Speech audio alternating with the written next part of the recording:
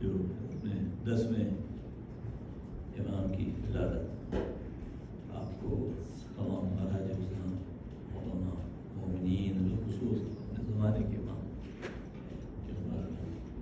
یہ سعادت کا دن ہے ان لوگوں کے لیے جو یہ جن کو شرف حاصل ہے. چونکہ میں یہ بھی ہے کہ پروگرام کے سلسلے میں جو اردو میں اظہار گفتگو کریں.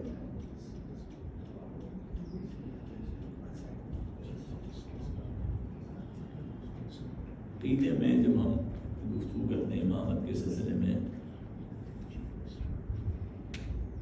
بہت سی باتیں جو ہیں وہ عام حالات میں سمجھ میں نہیں آتی. عام حالات جو انسان کے عام ہوتے ہیں مگر وہ عادی ہیں. لیکن جب انہیں ہم ایک خاص اس میں دیکھتے ہیں ایکسیپشنل تو وہ سمجھنا آسان ہو جاتا ہے.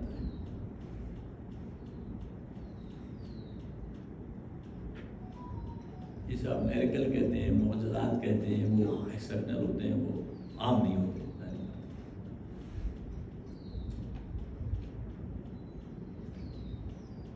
عالم میں مطلب انسانوں کی دنیا میں جو ہے یہاں پر ایک انسان جو ہے وہ معمولاً جب بڑا ہوتا ہے بلوغ کو پہنچتا ہے تو وہ کہتے ہیں بھی اب سمجھدار ہے عقل آ گئی ایج کے حساب سے. لیکن پروردگار عالم جب اعلان کرتا ہے خاص بندوں کے لیے ایکسیپشنل تو وہاں ایکسیپشنل ہوتے ہیں وہ. حضرت یحییٰ علیہ السلام یحییٰ خذ الکتاب قوت کتاب کو مضبوطی سے تھام. اچھا یہ کب صلاحیت ہے ان میں وآتیناہ الحکم صبیّا ہم نے حکمت جو بچپن میں عطا کر دی تھی. اب یہ جو بچپن میں ہم نے عطا کی ہے یہ عنایت خاص ہے چونکہ ہر ایک کو عطا نہیں ہوتی ہے. اس کا تعلق عہدے سے بھی عہدہ الہی ظاہر بات ہے. اب بعض سے مراد لیں گے عقل و فہم و بصیرت جیسے بات کہیں گے اس سے مراد یہ ہے کہ اللہ نے عطا کر دی. یہاں پہ اصل میں اللہ نے نبوت کا عہدہ عطا کر دیا بچپن میں. اچھا وہ اس لیے کیوں اس میں مشکل نہیں ہے سمجھنے کہ وہ جناب عیسیٰ اعلان کر چکے ہیں بچپن میں گہوارے میں انی عبداللہ وآتانی الکتاب میں عبد و خدا ہوں بنتا ہوں مجھے کتاب دی گئی ہے وجعلنی نبی نبی بنایا. تو اگر یہاں واضح نہیں ہے یحییٰ کی منزل پہ تو عیسیٰ کی منزل پہ بہت واضح ہے. اگر یہاں حکمت کہی گئی حکم کہا گیا اس کو بصیرت عقل جو بھی آپ کہیں مگر وہاں تو واضح ہے جناب عیسیٰ علیہ السلام کا کہ میں اللہ کا بندہ ہوں انی عبداللہ مجھے کتاب دی گئی نبی بنایا مجھے. جب کبھی گہوارے ہی میں مسئلہ ہے. اب یہ کوئی تعجب نہیں ہے کسی کو عطا کر دینا چونکہ اس کا بہت گہرا تعلق ہے ہمارے ان دو اماموں سے 9ویں اور 10ویں کیونکہ ان کی نبوت کا سلسلہ بچپن میں ہے. جب ان کے والد کی شہادت ہو گئی تو یہ 8 سال 6 سال کی عمر ہے ان کی. اب یہ عمر میں تو بچے ہی کہلاتا ہے انسان یعنی بالغ ہی نہیں ہے کوئی عام زمانے میں تو ابھی تو لوگ ہی نہیں ہیں. تو ابھی اس کو عرض کرتے ہیں ہم کہ یہ مشکل نہیں ہے مگر سمجھنا. اچھا امام کہ عرض کریں آپ کے نام تو آپ کا علی اس لیے ہم کہتے ہیں علی نبی علیہ السلام کے نام تو آپ کا علی اپنے والد محمد تقی علیہ السلام کی ظاہر فرزند ہے. 2 رجب بھی ان کی روایت ہے جو ولادت کی اور یہ 15 ذیلحجہ بھی ایک ہے. یہ 2 روایتیں اس میں آتی ہیں تو عموماً وہ مگر رجب میں ہوتا ہے کہ 2 اور 3 دونوں ولادت بھی شہادت بھی تو مشکل ہوتی تو ظاہر ہے 2 جمع ہو جائیں تو پھر شہادت ہی رہ جاتی ہے مجلس کرنا کیونکہ دونوں بہت 2 اور 3 کے درمیان مسئلہ ہے ایک ساتھ ہی رجب کے مہینے میں بھی. اگرچہ کبھی روایت یہ بھی کہتی ہے کہ دونوں رجب میں پیدا ہوئے یہ بھی روایت ہے ہمارے پاس وہ تو حج نہیں روایات میں، اس لیے ہمارا بھی لیتے کوئی حج نہیں. 15 ذی الحجہ سے ایک روایت 15 ذی الحجہ کی بھی بارہ کہ 212 ہجری میں 212 القاب بہت سے ہیں آپ کے دائرے نقل کیے گئے ہیں، جس میں مشہور الہادی و نقی تو دائرے کے مشہور ہیں مطلب آپ کے. اس کے علاوہ ابو الحسن ثالث بھی ہیں. آپ جب آپ کی القاب میں آتی ہیں اس کے بعد جب آپ کے ذکر میں آتے ہیں اور یہ ہوتا ہے کہ بھئی آپ کو کیا کہا جائے مثلا، تو آپ کو ابو الحسن ثالث، کیونکہ ابو الحسن جب خالی کہیں گے تو امام امیر المومنین علیہ السلام خالد امیر المومنین، جب کہیں گے ابو الحسن ہے جائیں گے اس طرف کہ بھئی اس کے بعد کون ہے، تو اول و ثانی ہو تو پھر وہاں پر جو ہے ہم کہتے ہیں مثلا بات کہتے ہیں امام موسیٰ کاظم صاحب، امام رضا علیہ السلام جو ہے ان کو بھی کہا جاتا ہے، تو امام ابو الحسن ثانی، یہ ابو الحسن ثالث خود ہے، یہ 10ویں امام جو ہے مطلب.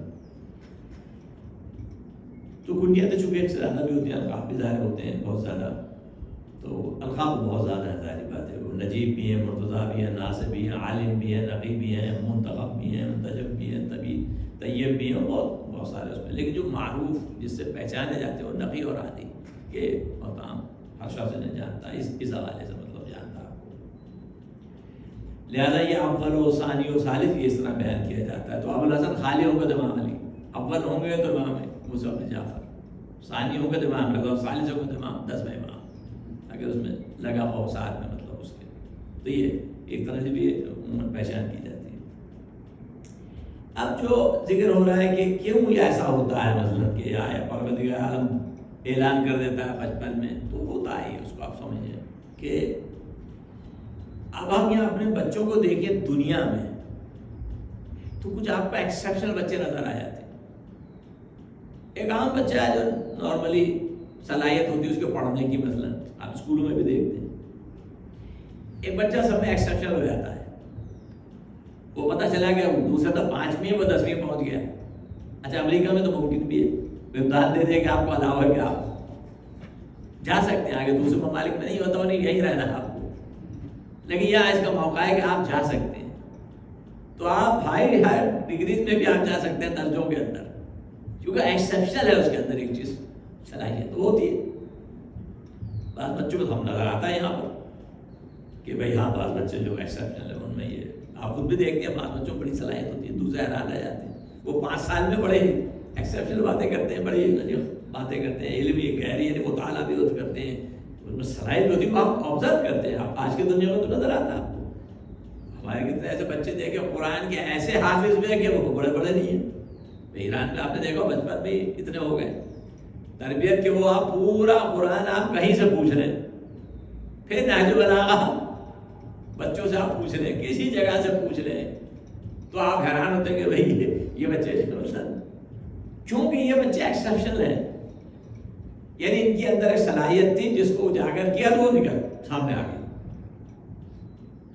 ہر بچے میں نہیں ہوتا بات تو آپ اس کو فورس نہیں کر سکتے، لیکن اس کو قوت سے کر سکتے ہیں آپ جتنا بھی کر سکتے ہو. کچھ لوگ کو نظر آ جاتا ہے کہ بھائی ان میں ہے صلاحیت، اگر آپ محنت کریں تو یہ بہت آگے نکل جائیں گے. تو وہ نظر بھی آتا، آپ کو تعجب نہیں ہوتا.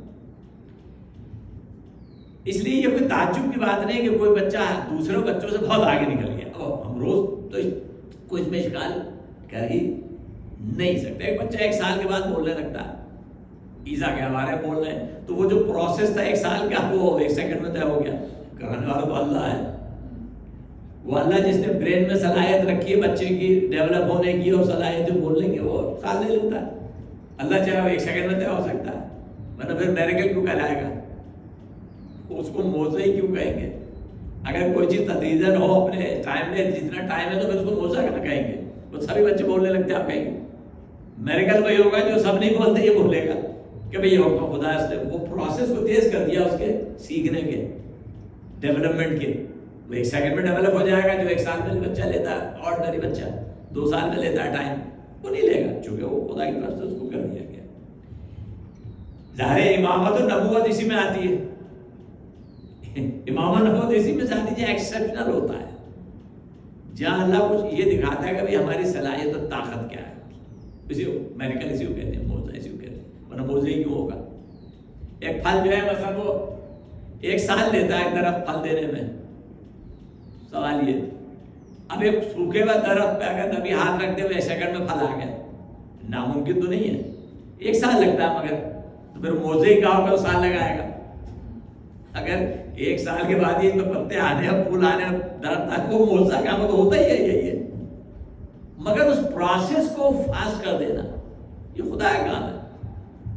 چونکہ خدا تو کر سکتا ہے وہ پروسیس جو ایک دم فاسٹ ہو جائے، اتنا جو سال بھر لیتا ہے 1 منٹ 1 سیکنڈ میں ہو گیا.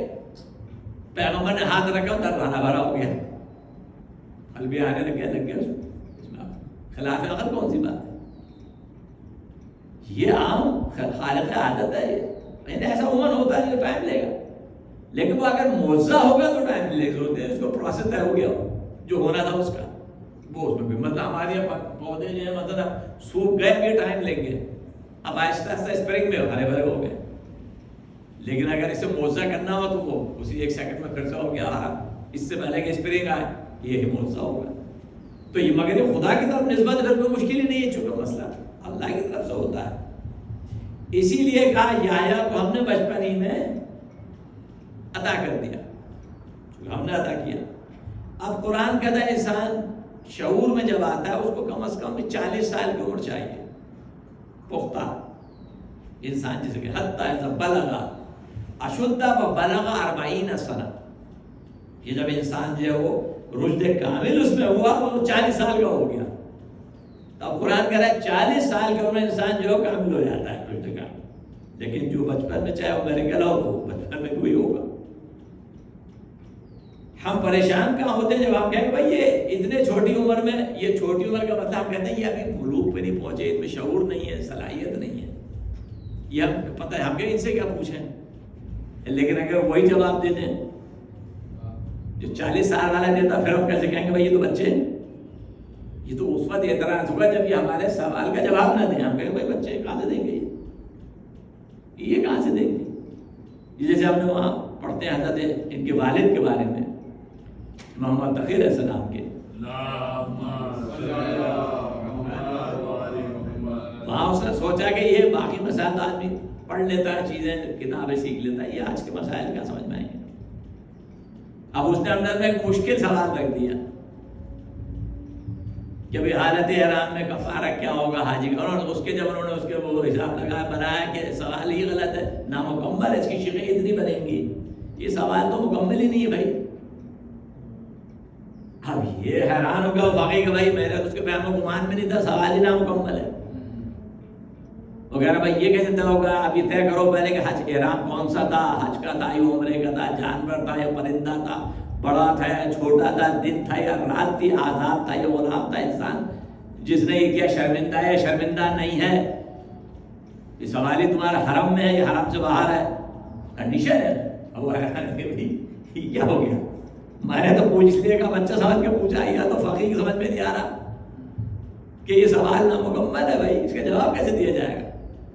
تو کیا پتا چلا کہ بھائی یہ امامت کا ہوتا ہے، جب آپ کہیں گے ناقص ہے اس لیے کہ جواب ہی نہیں دے سکتے یہ تو. اور جہاں جواب دے دیں پھر کیسے کہیں گے بھائی یہ بچے ہیں، یہ تو یہی ہوگا نا. بچہ کہتے ہیں تو آپ کو سوال کا جواب دے دیا جو بڑے نہیں دے سکتے. تو یہ تاریخ میں یہ ہمیشہ ہمیں یہ چیزیں نظر آئی ہیں، یہ کوئی تعجب کی بات نہیں ہے، ہم نے دیکھا اسے.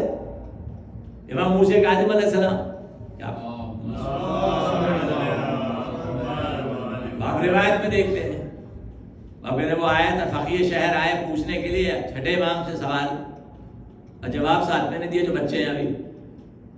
وہ آیا تھا پوچھنے جبر کا مسئلہ ہو کہ وہ آیا تھا پوچھنے انسان آزاد ہے یا آزاد نہیں ہے. اب یہ وہاں کی بحث تھی اس وقت کی کہ انسان آزاد یا آزاد نہیں ہے، مطلب اپنے افعال میں. اب وہ آئے تھے، انہوں نے کہا کہ وہ امام نماز پڑھ رہے ہیں، بزی تھے، تو بیٹھ گئے، دیکھا بچہ بھی بیٹھا ہے. تو ان سے سوال کے سوچا وہ یہ سب جانتے ہیں خاندان ہے امامت کا کرانا ہے. انہوں نے ویسے ان سے پوچھ لیا بیٹا آپ کا کیا خیال ہے. آپ کے لیے بحث چلی انسان آزاد ہے اپنے پھر میں آزاد نہیں ہے. آپ دیکھیے انہوں نے یوں ہی ذکر کیا اور وہاں سے اس کی تقسیم شروع کر دیا. انہوں نے کہا بھائی 3 ہی شکلیں ہیں، یا انسان مکمل آزاد یا انسان مکمل مجبور. اور یہ انسان آدھا مجبور اور آدھا مجبور نہیں ہے،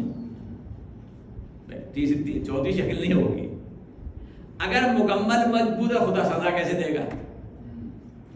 اگر انسان اپنے فعل میں مکمل ہی مجبور ہے سزا کیسے دی جائے گی؟ خدا عادل ہی ہو نہیں سکتا۔ اب اگر انسان جو ہے اس کو مکمل آزادی ہو جائے، اب بیچ میں رہ گئی بات کہ کیا دونوں شریک ہیں یا نہیں، یا آدھا مجبور آدھا، تو ہم کہیں نہیں آدھا اللہ شریک ہے آدھا بندہ شریک ہے، تو اللہ تو قوی ہے اور بندہ تو کمزور ہے، تو یہ جو جرم کرے یہ ضعیف انسان اور سزا دے قوی انسان، جبکہ وہ شریک کے جرم ہے وہ بھی شریک ہے، تو یہ بھی خلاف عقل ہے، کیوں کیسے سزا؟ ایک ہی بات رہ گئی کہ انسان مکمل آزاد ہے فعل میں، اپنے افعال میں، ایکشن میں مکمل ہے، جبھی تو سزا دے گا کہ ہم نے اختیار دیا تھا تمہیں۔ تو تیسری شکل ایک ہی رہ گئی کہ جو ثابت ہے کہ انسان جو ہے وہ آزاد ہے اپنے فعل کے اندر، اس لیے ورنہ پھر سزا ہم کیسے دیں گے، پنشمنٹ کیسے کریں گے ہم اسے؟ اس لیے اس کو ضروری جاننا ہے۔ تو کیا طے ہوا کہ بھئی یہ مسئلہ ایج کا نہیں ہے، عہدہ الہی کے لیے، نبوت و امامت دونوں کے لیے نہیں ہے، چونکہ وہ خالص ایکسیپشنل ایشو ہے۔ وہ ہاں ہمارے نبی کے لیے 40 سال تو اس لیے تھوڑی تھا کہ وہ رشد کو پہنچ جائیں، وہ 40 سال کی زندگی معجزہ تھی ان کی، جو دلیل نبوت تھی جہلا کے لیے، کفار کے لیے خود، کہ بھائی جو آدمی کبھی اسکول بھی نہیں گیا، کسی نے نہیں کہا کہ یہ میں نے انہیں پڑھایا، حالانکہ کسی نبی کے لیے کسی نے نہیں کہا کہ میں نے پڑھایا، یہ ہمارے نبی کے لیے رہ گیا امی کا مانا جائے، یعنی جس کو وہ کرتے ہیں، کسی نے نہیں، کوئی نہیں آیا استاد کبھی ان کے سامنے میں نے انہیں پڑھایا ہے یا مجھ سے بات کر رہا ہے وہی کی، کوئی نہیں ملے گا کبھی بھی۔ تو ایج کا مسئلہ تو خود ہی حل ہو گیا کہ عمر کا مسئلہ نہیں ہے، جب مسئلہ ایکسیپشن میں چلا جائے، جب مسئلہ معجزات میں چلا جائے، مسئلہ خدا کے اختیار میں چلا جائے، تو وہاں پر نہیں، چونکہ وہ تو اللہ کا پھر قانون آ گیا کہ جو جسی صلاحیت رکھتا ہے، خدا کی طاقت رکھتا ہے کہ ایک سیکنڈ میں وہ مراحل طے ہو جائیں، جس کو 40 سال طے ہونے میں لگیں گے، جس درخت کو پھل دینے میں سال لگے گا وہ 1 سیکنڈ میں ہو جائے گا ہاتھ رکھتے، کیونکہ وہ پروسیس کو تیز ہو رہا ہے، وہ پروسیس جو سال میں لگا تھا وہ 1 سیکنڈ میں طے کرا دے، اس میں کون سی خلاف عقل بات ہے، چونکہ اس کی طرح نسبت ہو گئی، جو یہ کہتے ہیں اللہ علی کل شیء قدیر۔ اب یہ آپ کہاں سے پتہ چلے گا؟ اللہ کا دعویٰ تو ہے، اللہ خود تو کرتے ہی نہیں، کبھی سامنے آ کے تو آپ کہیں یہ دیکھیں یہ اللہ ہے، اس نے یہ کر دیا، یہ کبھی ہوا نہیں ہوا نا، کبھی ایسا ہوا خدا کو آپ نے دیکھا اس کا وہ کہ ان اللہ علی کل شیء قدیر، دعویٰ ہے نا اس کا، یہ کیسے طے ہوگا کہ اس کی طرف سے ہوتا ہے؟ بیاج جو دے رہی ہے وہ مانتے ہی نہیں ہے، اور تو سب نیچر ہے بھائی، جو نہیں مانتے نہیں، وہ کہتے ہیں نیچر میں ایسے ہی ہوتا ہے، خدا سے کیا تعلق اس کا؟ اب اگر کوئی بندہ ہے خدا ہے کہ میں اس کی طرف سے ہوں اور یہ جو کچھ میں نے کیا ہے یہ اس کی طرف سے کیا ہے، اور وہ جو اس نے کیا وہ دوسرا کوئی نہیں کر سکے، یہی معجزہ ہوگا، چونکہ ورنہ معجزہ کیوں کہا رہے گا اگر وہ دوسرے بھی کر سکتے ہوں؟ اگر امتی بھی یہ کام کر سکتا، جو نبی کہے یہ معجزہ ہوگا تو میں بھی کر سکتا ہوں، تو پھر وہ معجزہ کیسے کہلائے گا؟ معجزہ تو ہوتے ہی جہاں انسان عاجز ہو جائے، جو نہ کر سکے اس کو صرف وہی کر سکے جو دعویٰ کر رہا ہے، اور وہ دعوے کے ثبوت میں کرتا ہے کہ میں نبی ہوں اس لیے یہ کر رہا ہوں تاکہ پہچانوں میں کدھر سے آیا ہوں۔ کوئی شخص اپنا کارنامہ کسی اور کو نہیں دیتا ہے، کیوں دے گا؟ لیکن یہ کہتا ہے یہ میں نہیں کر رہا، یہ باذن اللہ ہے، یہ اللہ کی طرف سے ہے، یعنی وہ تعارف اللہ کا کراتا ہے۔ تب آپ کہ ان اللہ علی کل شیء قدیر، یہ قدیر کب ہے کہ جب آپ کر کے دکھاتے ہیں، مردہ زندہ ہو گیا، اس میں سے کون کرے گا اسے؟ اللہ کا میں کرتا ہوں، وہ سامنے تو ہے ہی نہیں نا بھائی، اللہ کا سامنے ہے بیٹھا آپ کے۔ یہ بندگان خدا فعل انجام دیتے اور پھر آپ کو بتاتے کہ اس کی طرف سے بھائی، یعنی یہ اللہ کی طرف سے ہے، ہماری طرف سے نہیں ہے، چونکہ اس کی صلاحیت ہے۔ اور معجزہ ہمیشہ معجزہ ہی رہتا ہے، کسی عہد میں بھی ہو، یہ ذہن میں الفاظ یاد رکھیے میرے، ایسا نہیں کہ مثلا موسیٰ کا معجزہ آج کوئی بھی کر لے گا کہ یہ تو موسیٰ کا تھا، نہیں، یہ غلط فہمی سننے میں جو مجالس میں کہتے ہیں اس کا مطلب یہ نہیں ہوتا کبھی بھی کہ ان کے معجزے تھے ان کے ساتھ چلے گئے، رسول کا معجزہ ابھی تک باقی ہے، اس کا مطلب یہ نہیں کہ داؤد کا معجزہ تھا وہ معجزہ نہیں رہا، نہیں، وہ آج بھی موجودہ ہے، مگر آج داؤد ہے ہی نہیں، تو ان کا موجودہ اس لیے نہیں ثبوت نہیں نمود میں نہیں ہے، ورنہ وہ ان کے ہاتھ میں آ کے لوہا نرم ہو جاتا تھا. کس کے ہاتھ میں آ کے نرم ہوگا؟ آج بھی نہیں ہوگا نرم. بھٹی میں جلائیں گے وہ تو پھر لکوڈ ہو جائے گا، بھٹی میں ڈالیں گے تو لکوڈ ہو ہی جائے گا اس کی اتنی حرارت کے بعد، مگر ہاتھ میں نرم ہو جانا یہ باذن اللہ تھا، یہ حکم خدا سے تھا. وہ آج بھی موجود، مگر آج کسی کے پاس ہے ہی نہیں وہ، تو اس لیے ان کی نبوت کے ثبوت 20 ہاتھ چلے گئے ان کے. مگر یہ نہیں ہو سکتا جو انہوں نے کیا تھا وہ آج کوئی کر لے ڈاکٹر ہے، ایسا نہیں ہو سکتا کبھی بھی. آپ سرجری کر کے کسی کی آنکھیں ٹھیک کریں گے مگر ہاتھ پھیر کے نہیں ہوگا کبھی بھی. وہ اللہ کا نبی کرے گا عیسیٰ علیہ السلام، جو وہ باذن اللہ کر رہا ہے. سرجن سرجری ہی کرے گا، ہاتھ نہیں پھیرے گا آپ کے کہ چاہیے ہو گیا کام، یہ کبھی نہیں ہوگا، چونکہ یہ صرف نبی کا کام تھا اور وہ باذن اللہ تھا، وہ اللہ کی دکھانے کے لیے تھا. ہمارے طاقت ہے وہ ان کی طرف سے ہوتا ہے. تو یہ بات ایک ہے کہ یہ جب چیزیں اس کی طرف نسبت ہو جائے تو وہ پھر معجزہ ہوتی ہے، اور وہ صرف اس کے ثبوت کے لیے ہوتی ہے، اللہ کی شناخت کے لیے ہوتی ہے، پروردگار کی، یعنی اس کی قدرت و طاقت کی شناخت کے لیے ہوتی ہے. ورنہ وہ کبھی نہ آیا ہے نہ آئے گا آپ کے سامنے. پروردگار کبھی بھی بندوں کے سامنے نہیں آئے گا. لن ترانی یا موسیٰ یہ فاریور ہے، نہ یہاں اور نہ ہی آخرت میں. یہ ہمیں جملوں کے یاد ہے کہ بعض اوقات کہ آپ بھی مجلسوں میں کنفیوز ہو جاتے ہیں، کہیں گے وہ فلاں کا اللہ تعالیٰ کو دیکھ لیا، یہ بات بھول جائیں. ناممکن، امپاسبل. کبھی غلط فہمی ہو جائے کسی ذاکری میں، نہیں، سوال ہی نہیں پیدا ہوتا. وہ جا کے اس کا جلوہ دیکھ لیا، کون سا جلوہ دیکھ لیا، سوال ہی نہیں پیدا ہوتا. امپاسبل ہے. وہ جب بھی دیکھے گا خدا کی آیت کو دیکھے گا. ہمیشہ اللہ کو کوئی نہیں دیکھ سکتا، آنکھیں اسے نہیں دیکھ سکتی، نہ یہ آنکھ نہ کوئی اور آنکھ. مولا کائنات نے کہ میں بغیر دیکھے بندگی نہیں کرتا. کیسے دیکھیں گے؟ دل کی آنکھ سے. یہ یہاں بھی دیکھ سکتی ہے، وہاں بھی دیکھے گی. یہ معرفت کی آنکھ. یہ وہ نہیں کہ وجود، کیونکہ جب بھی کوئی آپ لائٹ روشنی جو بھی کہیں گے وہ ایک کریشن ہوگی، اس کی مخلوق ہوگی وہ اس کی. آپ جب بھی دیکھیں گے کسی کو تو نہ یہاں نہ وہاں. تو پروردگار کہیں بھی وہ عارفانہ ذرا مشکل ٹرم ہو جاتی ہے جب آپ عارفانہ باتوں میں جاتے ہیں. تو کوئی جلوہ دیکھ لیا اللہ کا، اللہ کے جلوہ سے کوئی لائٹ وائٹ نہیں آپ نے دیکھ لی، نہ. خدا کبھی کسی انسان کو نظر نہیں آ سکتا. جو چیز نظر آئے گی وہ مخلوق ہوگی، اسے جو لوگ یاد رکھیں، وہ ہمیشہ خدا کی مخلوق ہوگی. جسے آپ دیکھیں گے خالق نہیں، وہ اس کی آیات ہوں گی جن کا آپ مشاہدہ کریں گے. جلوہ دور دے گا. موسیٰ نے کیا دیکھا؟ اللہ کو دیکھا، وہ بے ہوش ہو گئے. یہاں اتنی بڑی روشنی ہوتی ہے آپ بے ہوش ہو جائیں گے، ایکسپلوسیو سے ہی آپ دیر ہو جائیں گے. بھائی اتنی شدید روشنی ہوگی اس کی، آپ برداشت نہیں کرتے. وہ اللہ نہیں ہے، نشانیاں ہیں، لائٹ ہے. یہاں بے ہوش ہو جائیں گے آپ اس دھماکے سے، اس کی روشنی کے، آپ کی آنکھیں چلی جائیں گی. تو خدا کی ذات سے بہت مانگ ہے، وہ خالق ہے. تو جب بھی انسان دیکھے گا وہ مخلوق کو دیکھے گا، خالق کو، یعنی اس کی نشانیوں کو دیکھے. خالق مانگ رہا ہے. آنکھیں اسے نہیں دیکھتی، وہ آنکھوں کو دیکھتا ہے. آنکھیں اس کو نہیں دیکھتی، وہ آنکھوں کو دیکھتا ہے.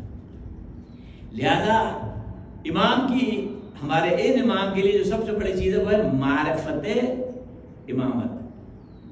سمجھ میں آ رہا ہے بیٹا؟ کیونکہ درخواست ہے اردو میں کہوں میں. تو معرفت امامت میں جو زیارتیں ہیں آپ کی، زیارت جامع کبیرہ، وہ آپ 10ویں امام صاحب کو ملی ہے، وہ معرفت امامت ہے. امامت کی معرفت کی وہ کتاب ہے، وہ زیارت جو ہے اس میں آپ پڑھتے ہیں، وہ پھر آپ دیکھیں امامت کسے کہتے ہیں. یہ آپ کو 10ویں امام سے آپ کو ملی ہے. زیارت جو ہے جو پڑھتے ہیں، زیارت کا بھی اب ایک زمانہ ہوگا اس کو ہم نے تشریح شرح کی تھی، بہت پرانی بات ہے، برسوں پرانی بات ہے. زیارت جامع کبیرہ اس میں معرفت ہے. امام علیہ السلام نے اس میں آپ نے اس کو پیش کیا ہے. مشکلات بہت ہی، میں اس طرف نہیں جا رہا ہوں جو آپ کا دور چونکہ ولادت کے جشن ہے، یہ مجلس نہیں ہے، ورنہ آپ کا دور بہت ہی سخت ترین دور ہے اپنی زندگی میں. متوکل جیسے خبیث انسان کا وہ بہت ہی مشکل زمانہ ہے. شیعوں کے لیے، چاہنے والوں کے لیے، ائمہ کے لیے بہت ہی مشکل زمانہ ہے. وہ الگ ہے. امام اپنے چاہنے والوں کا خیال رکھتے تھے. اس میں کوئی شبہ نہیں. ایک شخص ملنے کے لیے آیا. اچھا ہم کہیں جا رہے تو پتہ چلا وہ تو یہاں نہیں ہے, وہ وہاں پہنچ گیا, عرب تھا مسئلے کا. اس نے کہا میری ضروریات, اچھا انسان جانتا ہے کہ ضروریات کے لیے امام کے پاس ہی جانا ہے, لیکن امام کے حالات کتنے مشکل ہوتے ہیں آپ بتائیے. اس نے کہا میں کوفے سے آیا ہوں, مجھے حاجت ہے, ضرورت ہے وغیرہ وغیرہ, اور میں غدیر آ رہی, میں متمسک ہوں آپ کی ولایت سے جد کی, یعنی امیر المومنین علیہ السلام, یہی پہچان کی ہماری. آپ امام اول سے تعلق رکھنا ہی اصل ہے سارے امامت کے ساتھ. جو مجھ پر بہت قرض ہو گیا ہے, مقروض ہوں. تو امام نے فرمایا اس کو قلم دے کے اس پہ کچھ عبارت لکھی, اور اس میں فرمایا کہ میں ابھی جہاں وہاں بیٹھا ہوں اس گیدرنگ ہے جس میں سب درباری سب آئے ہوئے ہوتے ہیں خلیفہ کے محفل میں, تو وہاں آ جانا. اور وہاں پر آنا تو یہ پرچی لے آنا وہاں پر, اور وہاں یہ کہنا کہ بھائی میں یعنی مجھے قرض ہے مجھ پر ان کا, امام کے اوپر قرض ہے, اس کی مخالفت نہیں کرنا. جو میں نے کہا ہے تم وہاں پیش کرنا پرچی. اچھا امام وہاں بیٹھے ہوئے تھے تو وہ آ گیا لے کے پرچی. اچھا وہ سامرا میں ظاہر بیٹھے ہوئے تھے, آپ سامرا کے محفل تھی, اور وہ عرب دوسرے لوگ بھی بیٹھے تھے, خلیفہ کے جو درباری ہوتے ہیں وہ بھی ہوتے ہیں نا محفل میں, کچھ جاسوسی کے لیے آتے ہیں, کچھ ویسے آتے ہیں شرکت کے لیے. تو اس نے آ کے سوال کر دیا کہ جی وہ آپ قرض ہے میرا آپ پر, آپ دیں, آپ کو ادا کرنا ہے کچھ. امام نے معذرت کی کہ بھائی اس وقت تو میرے پاس نہیں ہے, میں یقیناً تمہیں دوں گا, پھر تم آ جانا. نہیں, عذر کیا کہ واقعی مجھے دینا ہے, مجھے دینا ہے مطلب. اب کسی نے فوراً بادشاہ تک بات پہنچائی کہ بھائی وہ ان کو پیسے دے رہے ہیں کسی کے, مقروض ہیں. حاکم تو موقع ڈھونڈتا ہے ایسے کہ احسان کیا جائے, اور میں فوراً 30,000 بھجوا دیے. حالانکہ اس کو 30,000 کی ضرورت نہیں تھی, مگر امام نے اپنی طرف سے اضافہ کر دیا. اور خلیفہ نے موقع بہت اچھا, خلیفہ نے کہا بھائی یہ تو, اور میں فوراً نے کہا بھائی کو 30,000 جو ہے درہم پہنچا دو. وہ لے کر آ گیا درباری امام کے پاس. امام نے اس کو ہاتھ بھی لگایا, عرب سے کہا یہ اٹھا لو, اس میں جو تمہاری ضرورت سے زیادہ ہے, اپنے سارے اخراجات کے علاوہ بھی اس میں تمہاری گزر ہو جائے گی. یعنی وہ یوں خلیفہ سے پیسہ پہنچا. یعنی چونکہ اتنا مشکل زمانہ تھا, چاہنے والوں کے لیے بھی مشکل تھا. اب دیکھیے امام نے کس طرح راستہ نکالا اس کی مدد کا, کہ وہ اس طرح جو ہے وہ آدمی جو ہے بغیر کسی مانگے ہی اسے ہو گیا. سکھاتے ہیں امام, وہ ایسے جو کرتے تھے وہ الگ ہے, لیکن انہیں پتا تھا کہ اتنا مشکل زمانہ ہے چاہنے والوں پر, تو کسی نہ کسی طرح وہ خود بھی کرتے تھے, ہمیشہ کرتے تھے. پھر انہوں نے ایک چیز کی کہ نصیحت یہ کہ ہم محسوس کریں کہ ہم جب خدا سے شکوہ نہ کریں. چونکہ یہ جو میں گفتگو کر رہا ہوں آپ سے, ہم زندگی میں بہت شکوہ کرتے ہیں. نہیں, شکوہ نہیں کرنا چاہیے کبھی بھی. اس کی وجہ یہ ہے کہ جو میں نے, اگر آپ کو یاد ہوگا, ہم نے خطبے کی شرح کی تھی حارث بن حمدانی کا جو خطبہ ہے نہج البلاغہ میں, اس میں جملہ ہے اگر انسان اس پہ توجہ کرے تو کبھی ناشکری نہیں کرے گا, ہمیشہ شکر کرے گا کسی بھی حالت میں, مشکل سے مشکل حالت. وہ کیا ہے, دنیا کی مشکلات میں اپنے سے نیچے کو دیکھو جو تم سے پست ہے, ہمیشہ شکر ادا کرو اللہ, ہمیشہ. چونکہ ہمیشہ دیکھو تم سے نیچے کون ہے, یعنی تم سے بدتر حالت میں کون ہے. تو جب اپنے سے نیچے دیکھو گے تو کہو گے الحمدللہ میں اس سے تو بہتر ہوں, میں اس سے بہتر ہوں. ایک آدمی چلنے میں مشکل ہے, اسے دیکھے چل ہی نہیں سکتا, کیا کہا اس سے تو کم از کم بہتر ہوں. جس کو چل رہا ہے وہ دیکھے تو لیٹا ہوا اٹھ ہی نہیں سکتا, کم از کم اس سے تو بہتر ہوں. ایٹ لیسٹ میں چلو استعمال کر رہا ہوں اپنے لیے کچھ چیزیں اس کے لیے. اور جو لیٹا ہوا دیکھا اتنا تھا میں عقل و شعور رکھتا ہوں کم از کم بندگی کے لیے, دوسرا تو یہ بھی نہیں رکھتا. یعنی انسان دیکھے نیچے, اگر دیکھے تو پھر ہمیشہ شکر ادا کرے بھائی میں اس سے تو بہتر ہوں, پروردگار نے مجھے ظالم میں رکھا. تو یعنی کہنے کا مطلب امام سمجھا رہے ہیں کہ اگر آپ اس طرح سوچیں گے تو آپ ہمیشہ شکر ادا کریں گے, کبھی شکوہ نہیں کریں گے. ہاں اوپر کب دیکھو, بندگی میں دیکھو, اطاعت میں دیکھو, تم جو بہتر کون سے آپ دیں اس میں اوپر دیکھو, مشکلات میں ہمیشہ نیچے دیکھو. تم سے بدتر کون ہے اس پہ تو ہمیں جو شکر ادا کرو گے. تو ایک شخص ایک دن آ گیا وہاں ابو ہاشم آ گئے ہیں امام گزبد ہے. اچھا بیٹھ گئے اجازت لے کر. اس سے پہلے کہ کچھ کہیں امام نے خود ہی شروع کر دیا بات کرنا. امام نے فرما دیا تم اللہ نے کتنی نعمتیں دی ہیں تم شکر ادا کرو. اچھا اس کی وجہ تھی امام نے کہا دیکھو تمہیں ایمان عطا کیا. ایمان کا مطلب ہے آپ مسلمان ہیں تو آپ جہنم سے بچ گئے چونکہ ایمان تو پہلے ہی ہے. کسی انسان کے لیے کوئی کافر نہ ہو مطلب یہ کہ اس میں اللہ نے تمہیں بدن عطا کیا. بدن جو سالم ہے بدن ظاہر ہے کہ یہ بدن آتش سے محفوظ ہو جائے گا اگر ایمان انسان رکھتا ہے. تمہیں صحت دی تاکہ تم اطاعت کر سکو اپنے رزق کے لیے کام کر سکو. یہ تمہیں دیا ہے وہاں فرمانا شروع کر دیا. یہ اس نے قناعت بھی تمہیں عطا کی ہے تاکہ تمہاری عزت محفوظ رہے. ظاہر انسان اپنے آپ قناعت کرے کبھی ہاتھ نہیں پھیلائے تو اس کو عزت آبرو سلامت رہے گی اس کی ہر صورت میں. ارے امام ساری بات کرنا تو وہ جو شکوہ کرنے والے خاموش ہو گئے وہ کچھ نہیں کہا.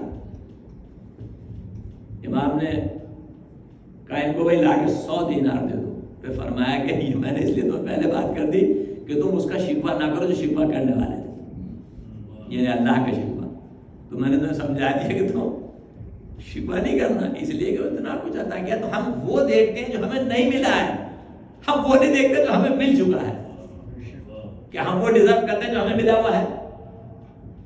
ہم کس کا شکایت کرتے ہیں جو ہمیں نہیں ملا. اور جو مل چکا ہے اس کا شکریہ کیا ادا کر دیا کہاں ادا کیا. ایک حقیقت ہے اگر ہم اس پر توجہ کریں. یہ اصل میں یہی چیزیں ہیں جو بیسیکلی معرفت کی ہوتی ہیں اپنے زمانے میں یا اپنے عہد میں یا ہماری زندگی میں بہت ہے. تو امام نے حدیث فرمائی ابھی تو 10 منٹ ہے نا.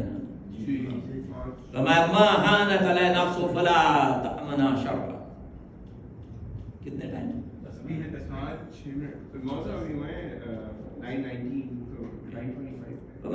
یہ سب سے اہم حدیث ہے اور بڑی خطرناک حدیث ہے ہمارے ہر زمانے کے لیے. فرماتے ہیں جس کی نظر میں اپنی کوئی قیمت نہ ہو تو اس کی اپنی اس کے شر سے محفوظ نہیں رہا جا سکتا.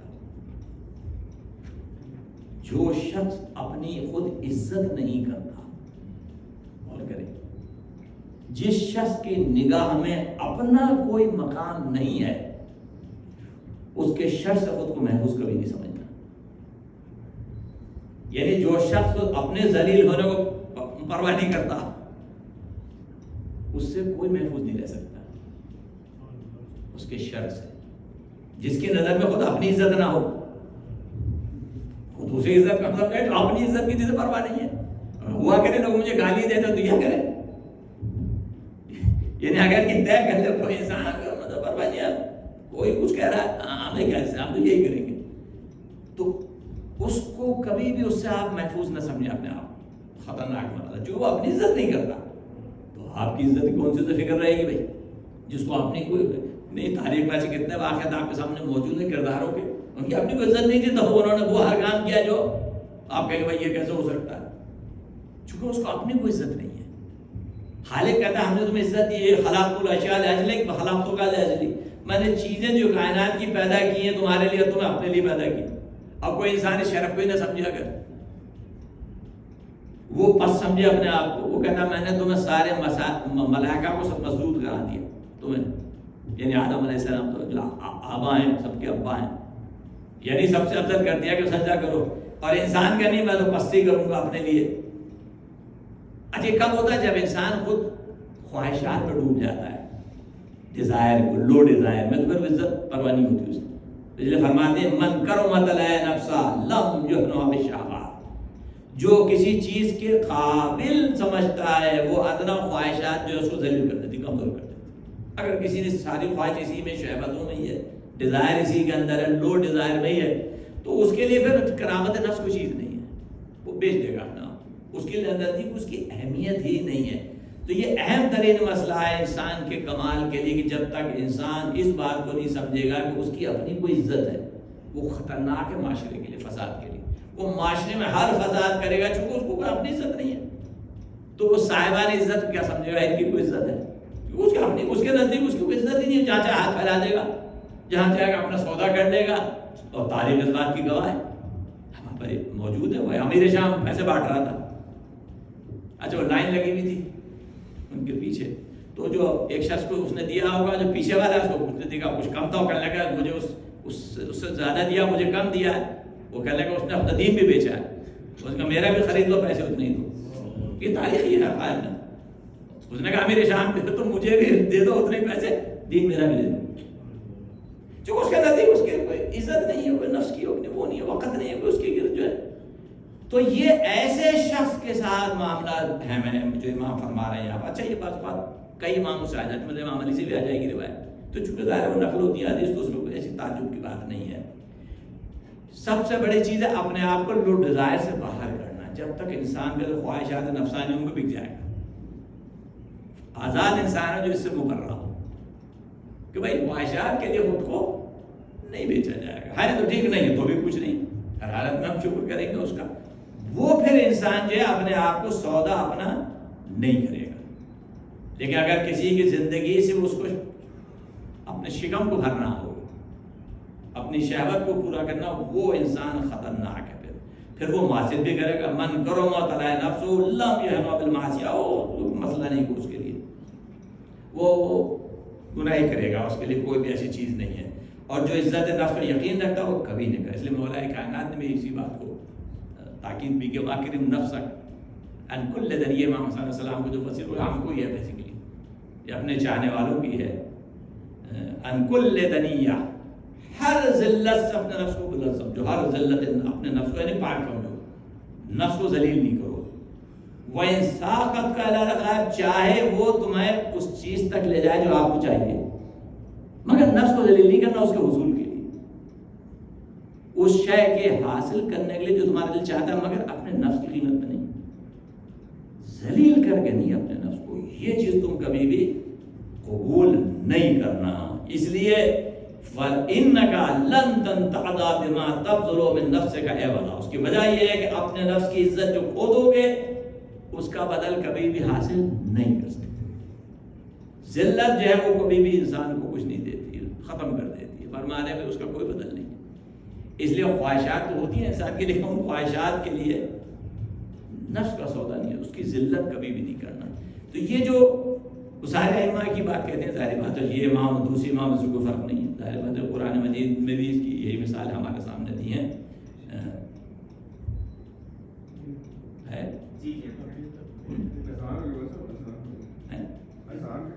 ہو گیا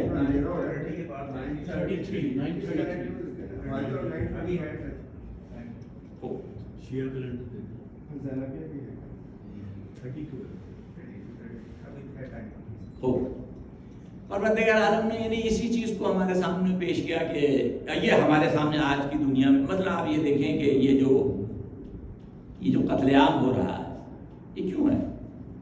اس لیے کہ یہ جس شخص کو اپنی عزت عزیز ہوگی کبھی نہیں کرے گا، لیکن جس کو اپنی عزت کوئی چیز ہی نہیں ہے کہ دنیا اسے گالی دے کچھ بھی کرے ہوگا کہ وہ کیا، ہم تو ایسے ہی کرتے رہیں گے. اب ہمیں کچھ بھی کہیں، انسانیت کا دشمن کچھ بھی، مگر ہم لوگ ماریں گے.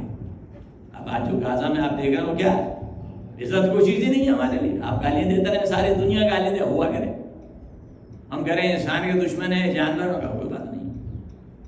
اپنے مقصد کے حصول کے لیے ہم ہر اس سے گزریں گے اور وہ گزر رہے ہیں، ہر حد کو پار کریں گے اور کر رہے ہیں. چونکہ آپ نے کوئی عزت کو چیز ہی نہیں جو آپ کی عزت جو شرف عزیز تو گئے بھائی، لوگ ہمیں ایسا برا والا کہہ رہے ہیں، لوگ کہیں گے نہیں ہمیں نہیں کرنا چاہیے، لیکن جب شرف ہو گئی نہیں، کیونکہ جو ان کا مقصد ہے وہی سب کچھ ہے. اس کے لیے چاہے آپ انہیں کتنی گالیاں دیں، نہیں ہمیں تو حاصل کرنا کسی بھی قیمت پہ، مار کے کاٹ کے.